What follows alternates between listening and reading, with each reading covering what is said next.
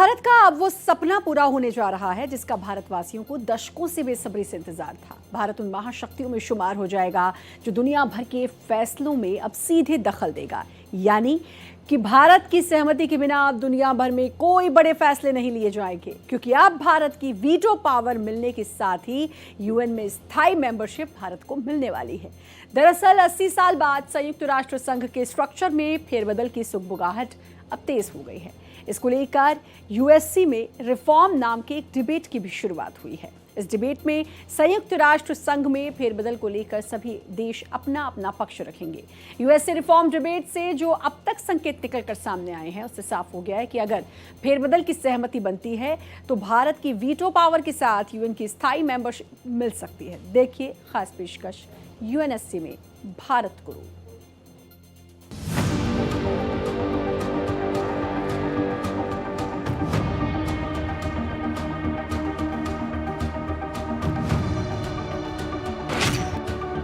UNSC का भारत बनेगा स्थायी सदस्य।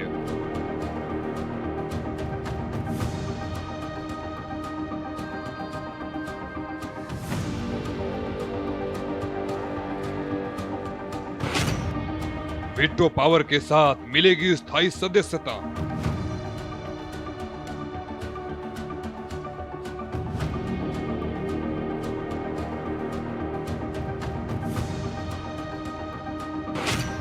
यूके और रूस के बाद फ्रांस का खुला समर्थन।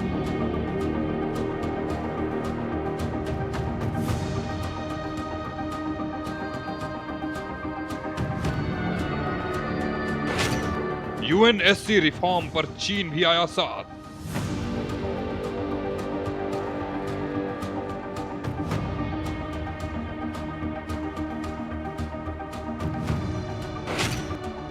यूएनएससी में भारत का बड़ा फैसला, मिलेगी वीटो पावर।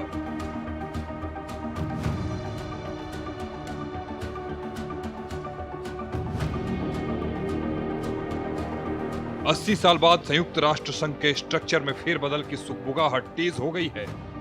इसको लेकर यूएनएससी में रिफॉर्म नाम से एक डिबेट भी की गई। इस डिबेट में संयुक्त राष्ट्र संघ में फेरबदल को लेकर सभी देश अपना अपना पक्ष रख रहे हैं। यूएनएससी रिफॉर्म डिबेट से जो अब तक संकेत निकलकर सामने आए हैं उससे कहा जा रहा है कि अगर फेरबदल की सहमति बनती है तो भारत को वीटो पावर के साथ यूएन की स्थायी सदस्यता मिल सकती है। 1945 में दूसरे विश्व युद्ध के बाद संयुक्त राष्ट्र संघ का गठन किया गया था। इसका मकसद था दुनिया में शांति कायम करना और आपसी मेल जोल को बढ़ाना। यूएन चार्टर के मुताबिक वर्तमान में संयुक्त राष्ट्र सुरक्षा परिषद में कुल 15 सदस्य होते हैं, जिनमें 5 स्थायी और 10 अस्थायी सदस्य होते हैं। अमेरिका, रूस, चीन, फ्रांस और ब्रिटेन स्थायी सदस्य हैं और इनके पास वीटो पावर है। ब्रिटेन, रूस के बाद फ्रांस का सपोर्ट। भारत को यूनाइटेड नेशन की सदस्यता मिलनी चाहिए। इसकी पैरवी पहले से ही ब्रिटेन और रूस करता रहा है, लेकिन अब फ्रांस ने भी इसकी घोषणा की है। फ्रांस ने साफ शब्दों में कहा है कि वह भारत को संयुक्त राष्ट्र सुरक्षा परिषद यानी यूएनएससी में स्थायी सदस्य बनाने के लिए समर्थन करता है। फ्रांस ने न सिर्फ स्थायी सदस्यता बल्कि वीटो पावर के लिए भी भारत का समर्थन किया है। फ्रांस ने कहा कि सुरक्षा परिषद में सुधार के दौरान अफ्रीका को 2 सीटें मिलनी चाहिए। यूएनएससी रिफॉर्म की बैठक में फ्रांस के स्थायी प्रतिनिधि जेरोम बोनाफोंट ने अपने संबोधन में कहा, भारत जनसंख्या के मामले में दुनिया का पहला सबसे बड़ा देश है।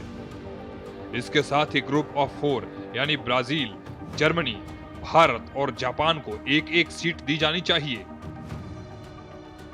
इन देशों को विशेषाधिकार भी मिलना चाहिए, खासकर वीटो का अधिकार, जो अंतरराष्ट्रीय चार्टर के मुताबिक होना चाहिए, क्योंकि अंतरराष्ट्रीय मंच पर इन देशों की जिम्मेदारियां हैं। चीन ने नहीं किया सीधा विरोध। यूएनएससी रिफॉर्म पर चीन ने भी अपना पक्ष रखा। चीन की तरफ से यूएन की स्थायी प्रतिनिधि फू कॉन्ग ने बयान दिया। हालांकि चीन ने इस बैठक में भारत का विरोध नहीं किया। चीन ने G4 के सिर्फ जापान का विरोध किया है।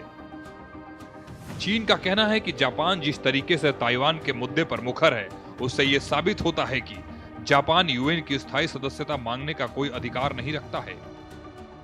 यूनाइटेड नेशंस ऑर्गेनाइजेशन 20वीं सदी के मध्य में 24 अक्टूबर 1945 को अस्तित्व में आया था और ये जो ऑर्गेनाइजेशन है जाहिर है कि विश्व का सबसे महत्वपूर्ण अंतर्राष्ट्रीय संगठन है, लेकिन यूनाइटेड नेशंस ऑर्गेनाइजेशन अपने वर्तमान के जो दायित्व हैं उनको ठीक तरीके से पूरा नहीं कर पा रहा है।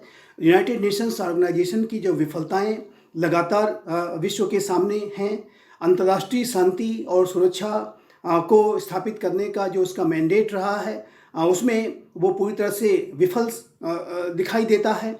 विश्व में अनेक जो कॉन्फ्लिक्ट चल रहे हैं उसमें यूनाइटेड नेशंस की जो भूमिका उसको रिजॉल्व कराने में नगण्य दिखाई देती है और इसका जो कारण है वो बहुत स्पष्ट है कि यूनाइटेड नेशंस ऑर्गेनाइजेशन 20वीं सदी के मध्य में स्थापित जो उसकी कार्यप्रणाली है उसमें कोई सुधार नहीं हुआ है। इसके साथ ही चीन ने जापान पर शांति भंग करने का आरोप लगाया है। चीन ने कहा है कि जापान को अगर सदस्यता देने की कोशिश हुई तो हम इसका खुलकर विरोध करेंगे। आईजीएन की प्रक्रिया फिर से शुरू।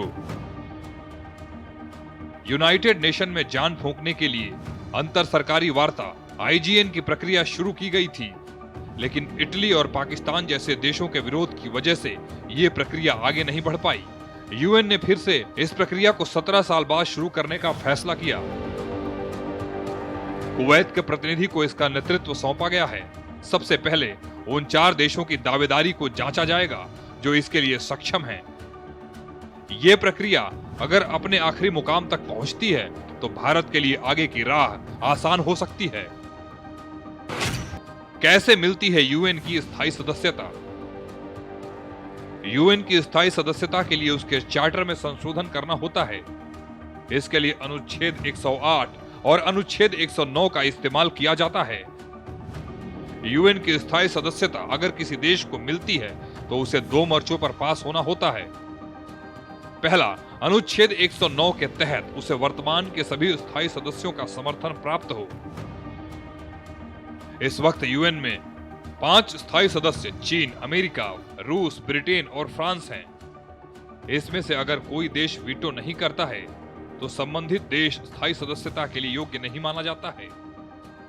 यूनाइटेड नेशंस ऑर्गेनाइजेशन P5 के डोमिनेशन की वजह से भी जिनको कि यूनाइटेड नेशन सिक्योरिटी काउंसिल में एक वीटो पावर भी मिला हुआ है और ये जो पंच प्रधान हैं, जो 5 राष्ट्र हैं, ये पूरे यूनाइटेड नेशंस ऑर्गेनाइजेशन के निर्णयों को डोमिनेट करते हैं और इसमें जो अन्य जो महत्वपूर्ण राष्ट्र हैं, भारत जैसे राष्ट्र, जर्मनी, जापान, ब्राज़ील जैसे जो राष्ट्र हैं, साउथ अफ्रीका जैसे राष्ट्र हैं, उनको उनका यथोचित स्थान नहीं मिलता है। तो ऐसे में ये जो ऑर्गेनाइजेशन है अपनी आंतरिक खामियों की वजह से लगातार विफलता का सामना करता है। वीटो पावर जो महाशक्तियों को P5 के राष्ट्रों को दी गई है वो इसका इस्तेमाल अपने अनेक पॉलिटिकल इंटरेस्ट को और स्ट्रेटजिक इंटरेस्ट को हासिल करने के लिए और एक दूसरे के ऊपर दबाव बनाने के लिए, एक दूसरे के विरुद्ध साजिशें रचने के लिए करते हैं। इसी वजह से यूनाइटेड नेशंस ऑर्गेनाइजेशन और उसकी जो UNSC United nation security council अपने निर्णयों को ठीक तरीके से नहीं ले पाती है और ये जो ऑर्गेनाइजेशन है वो अपने उद्देश्यों को हासिल करने में विफल साबित हो रहा है। दूसरा, अनुच्छेद 108 के तहत स्थायी सदस्यता का प्रस्ताव यूएन जनरल असेंबली में रखा जाता है, जहां पर 2/3 सदस्यत्व का समर्थन जरूरी है। वर्तमान में 193 देश यूएन के सदस्य हैं, यानी 145 देशों का समर्थन जरूरी है। भारत क्यों नहीं बन पाया है स्थायी सदस्य? भारत आज तक UNSC का स्थायी सदस्य नहीं बन पाया है। ऐसा इसलिए क्योंकि सुरक्षा परिषद में सुधार पर स्थायी देशों के बीच सहमति नहीं बनती है। चीन भारत के स्थायी सदस्य बनने का विरोध करता है, जबकि अन्य देशों के भी अपने अपने रणनीतिक हित जुटे हुए हैं।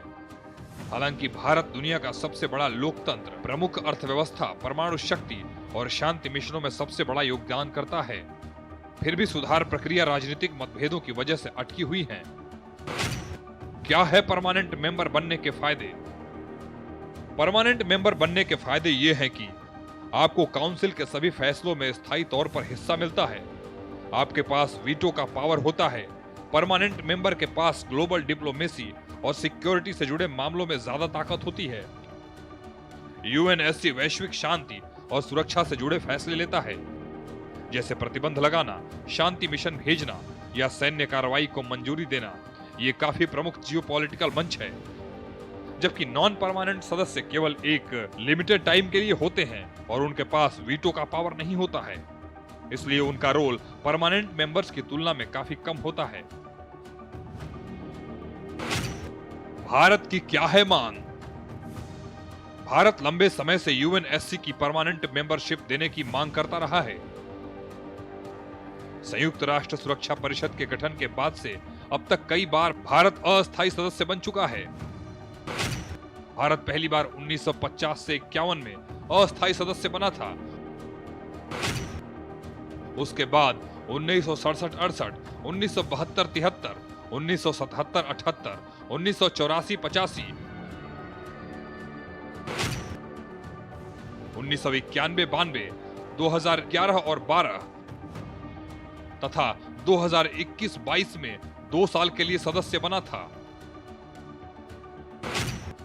भारत के अलावा और कौन कौन है दावेदार?